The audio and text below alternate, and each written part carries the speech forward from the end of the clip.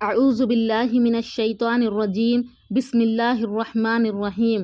اس آیت کے اندر اللہ تبارک و تعالیٰ نے ارشاد فرمایا کہ وَيَسْأَلُونَكَ مَاذَا يُنْفِقُونَ۔ پھر نبی کریم صلی اللہ علیہ وسلم سے صحابہ اکرام کے سوال کے بارے میں یہاں پر ذکر کیا گیا ہے کہ صحابہ اکرام آپ سے سوال کرتے ہیں مَاذَا يُنْفِقُونَ کہ کیا خرچ کریں، اور اے محمد صلی اللہ علیہ وسلم وہ سوال کرتے ہیں آپ سے یتیموں کے بارے میں۔ اے محمد صلی اللہ علیہ وسلم وہ آپ سے سوال کرتے ہیں ماذا یونفقون کہ کیا خرچ کریں، تو قل العفو آپ فرما دیجئے، قل آپ کہہ دیجئے العفو یعنی اپنے خرچ سے یا اپنی حیثیت کے مطابق یا اپنی بھلائی کے مطابق کیا ہے تم خرچ کرو۔ کذالک یبین اللہ اسی طرح بیان کرتا ہے اللہ تبارک و تعالی لکم الآیاتی تمہارے واسطے نشانیوں کو، لعلکم تتفکرون تاکہ تم کیا ہے فکر کرو، پھر دنیا میں والآخرتی اور آخرت کی باتوں میں بھی۔ وَيَسْأَلُونَكَ عَنِ الْيَتَامَى اور وہ سوال کرتے ہیں آپ سے یتیموں کے بارے میں،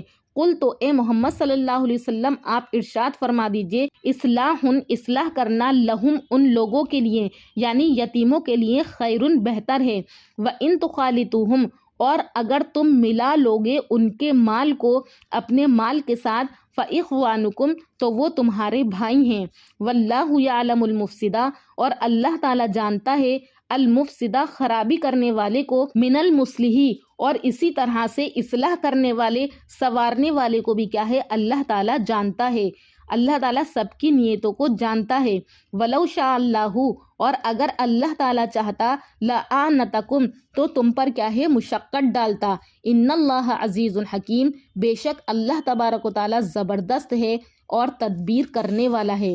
تو اس آیت کے اندر اللہ تبارک و تعالیٰ اس آیت کے اندر کیا ہے لوگ آپ سے دریافت کر رہے ہیں خیرات کے بارے میں کہ کتنا خرچ کریں، تو اے محمد صلی اللہ علیہ وسلم آپ فرما دیجئے کہ تم کو جتنا آسان ہو اس کے خرچ کرنے سے خود پریشان ہو کر دنیاوی تکلیف میں یا کسی کا حق ضائع کر کے تم آخرت کی پریشانیوں میں نہ پڑ جانا۔ اللہ تعالیٰ کیا ہے احکام کو صاف صاف بیان فرماتے ہیں تاکہ تم کو کیا ہے ان کا علم ہو جائے، اور اس کی وجہ سے ہر عمل کرنے سے پہلے دنیا اور آخرت کے معاملات کو کیا ہے تم لوگ سوچ لیا کرو۔ تو یہاں پر یہ بات بیان کی گئی کہ ابتدا میں کیا ہے عرب کے اندر یتیموں کا حق دینے میں پوری احتیاط نہیں کی جاتی تھی، وہ لوگ یتیموں کے حق میں کیا ہے یتیموں کے حق میں کمی پیشی کرتے تھے۔ تو یہاں پر اس لیے یہ وعید سنائی گئی ہے کہ یتیموں کا مال کھانا ایسا ہے جیسا کہ دوزخ کے انگارے پیٹ میں بھرنا۔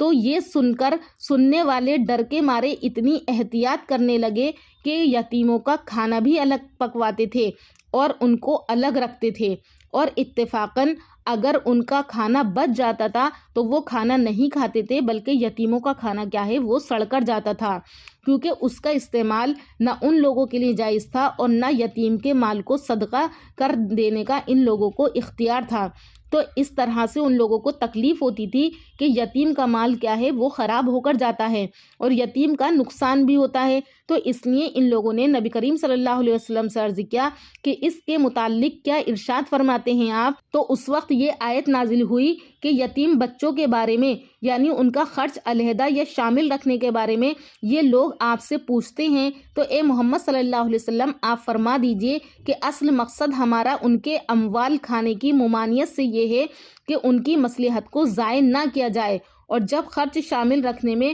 ان کی مصلحت ہو تو آپ کیا ہے ان کے خرچ کو اپنے خرچ کے ساتھ ملا سکتے ہیں۔ بس آپ کو یہ خیال رکھنا ہے کہ جتنا ان کا خرچ ہو اتنا ہی آپ کا خرچ ہو، ایسا نہ ہو کہ یتیموں کا خرچ کیا ہے وہ زیادہ ہو جائے، بلکہ آپ کو بالکل برابری کرنی ہے، ان کا نقصان نہیں ہونا چاہیے۔ تو یتیموں کے بارے میں یہاں پر اللہ تبارک و تعالیٰ نے خاص کر کے حکم دیا کہ یتیم کے مال کو کیا ہے تم لوگ زیادہ برباد مت کرو۔ تو اس وعید کو سن کر جو عرب کے اندر لوگ یتیموں کا حق میں کچھ کمی پیشی کرتے تھے تو ان لوگوں نے ڈر کی وجہ سے اتنی زیادہ احتیاط برت لی تھی کہ وہ یتیموں کا کھانا بھی الگ پکواتے تھے اور ان کو الگ ہی رکھتے تھے، اور ان کے بچے ہوئے کھانے کو کیا ہے کھانا پسند نہیں کرتے تھے، وہ برباد ہو کر جاتا تھا۔ تو اس پر یہ آیت نازل ہوئی کہ اے محمد صلی اللہ علیہ وسلم، وہ آپ سے یتیموں کے بارے میں سوال کرتے ہیں تو آپ ان سے یہ کہہ دیجئے کہ تم ان کے ساتھ کیا ہے بھلائی کا معاملہ کرو، اور اگر تم ایسا نہیں ہے کہ تم ان کو بالکل ہی الگ کر دو،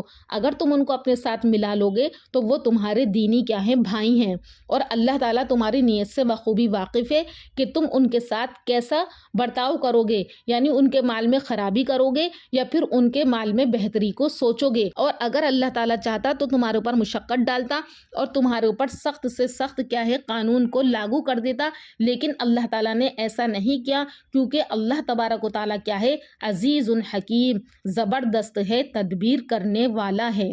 تو اس آیت سے ہمیں بھی یہ سبق ملتا ہے کہ اگر ہمارے یہاں بھی کوئی یتیم ہو تو ہمیں اس کا بہت خیال رکھنا ہے، اس کے مال کا، اس کے حق کا ہمیں بہت خیال رکھنا ہے۔ یتیموں کے مال اور ان کے حق میں سے کوئی کمی نہیں کرنی چاہیے۔ اس کی بہت بڑی وعید ہے کہ اگر کوئی یتیموں کا مال کھاتا ہے تو ایسا ہے گویا کہ وہ اپنے پیٹ میں کیا ہے آگ کے انگاروں کو بھرتا ہے۔ اللہ تبارک و تعالی ہمیں قرآن کی ایک ایک آیت پر اچھے سے عمل کرنے والا بنائے، اس کے احکام کو سمجھنے والا بنائے۔ یہ سورہ بقرہ چل رہی ہے، اس کے اندر بہت سے احکام بیان کیے گئے ہیں، ہر حکم کو، ہر آیت کو ہمیں بہت اچھے سے سمجھنے کی اور اپنی زندگی میں لانے کی ضرورت ہے۔ اللہ تعالیٰ سے دعا ہے کہ اللہ پاک ہم سب کو قرآن کریم کی آیات پر عمل کرنے والا بنائے۔ انشاءاللہ اس سے آگے کی آیت اور اس کی تفسیر لے کر حاضر ہوں گی دوسری ویڈیو میں، تب تک کے لیے اللہ حافظ۔